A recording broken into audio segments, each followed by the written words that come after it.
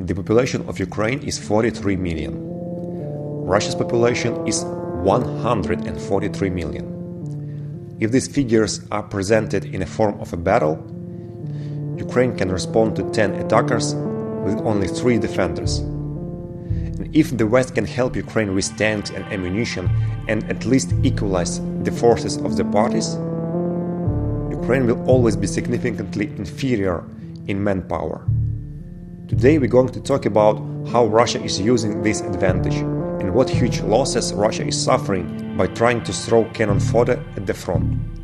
We will try to calculate how many soldiers have already died during the attacks on Bakhmut and how much equipment was lost after the failed attempt to capture Vuhledar.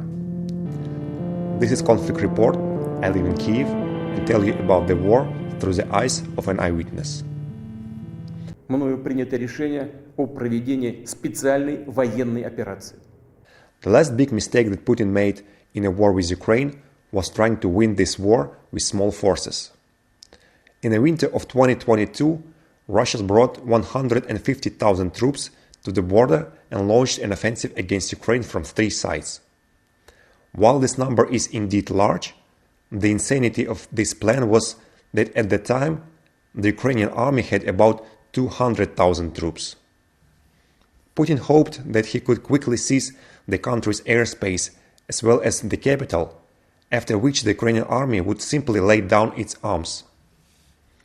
It is possible that he was convinced of this by generals who had seen how quickly the 80,000-man Taliban army defeated the 300,000-man regular army of Afghanistan after the US military left the country. However, Putin's hopes were not realized. Zelensky did not flee the country, the military did not lay down their arms, and the West did not remain silent.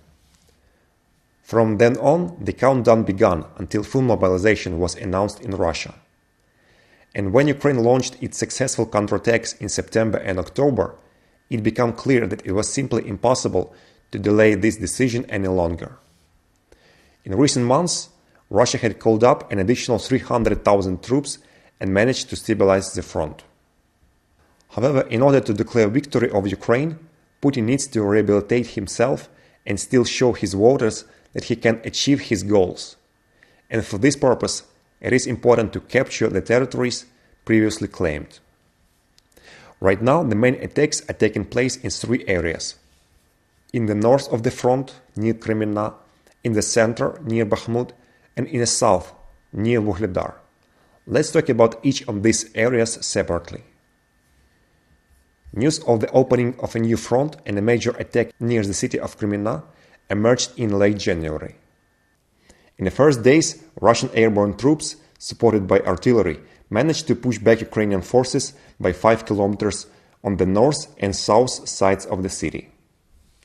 It is quite possible that further advancement will be aimed at encircling Siversk.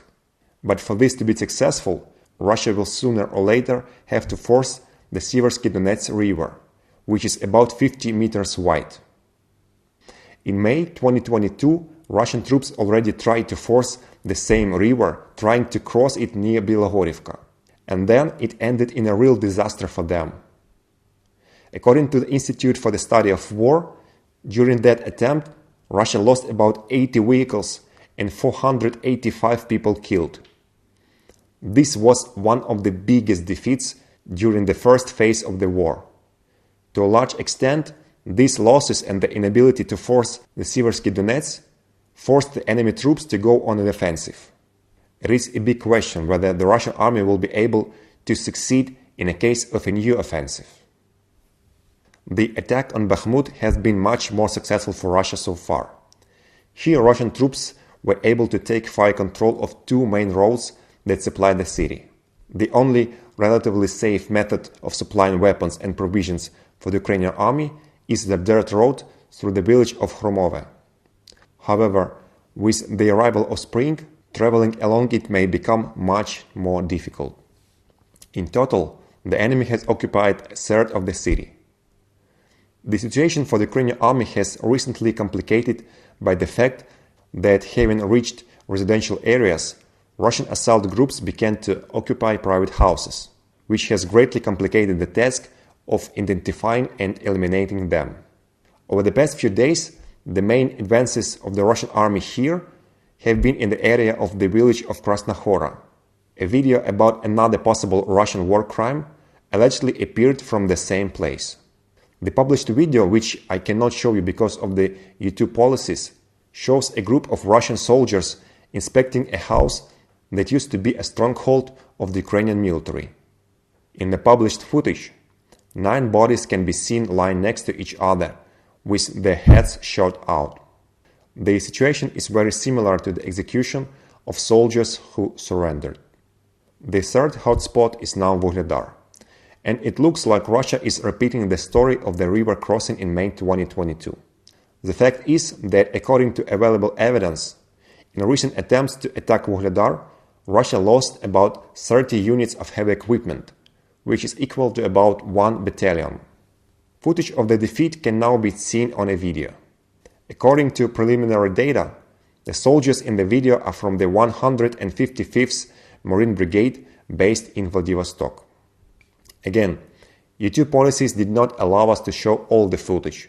These and other uncensored videos can be seen in the Conflict Report Telegram group, link to which is in the description of this video.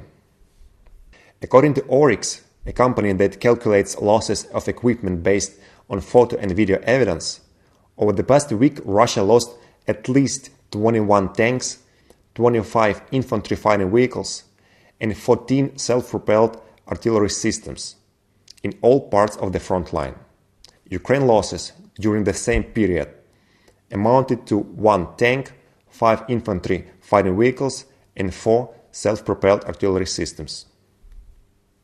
If events continue to develop as planned, it is quite possible that Russia will still manage to capture Bakhmut. But the huge losses in equipment will not allow it to develop a further offensive and will force Russia to go back to defense. I will definitely tell you how events will develop further in the next videos. In the meantime, I want to present my supporters with collectible coins issued by the National Bank of Ukraine. This collection is called Hero Cities. It includes 4 coins depicting the cities that suffered the most from the war. There are Kharkiv, Mariupol, Kherson, and Kyiv region, which includes Bucha, Irpin, Borodyanka. I will be sending 1 coin to 1 random supporter every week. All you have to do is to become a fan on Patreon or right here on YouTube by clicking the join button. And that's all for today. Thanks you all for the shares and likes. And most important, live in peace.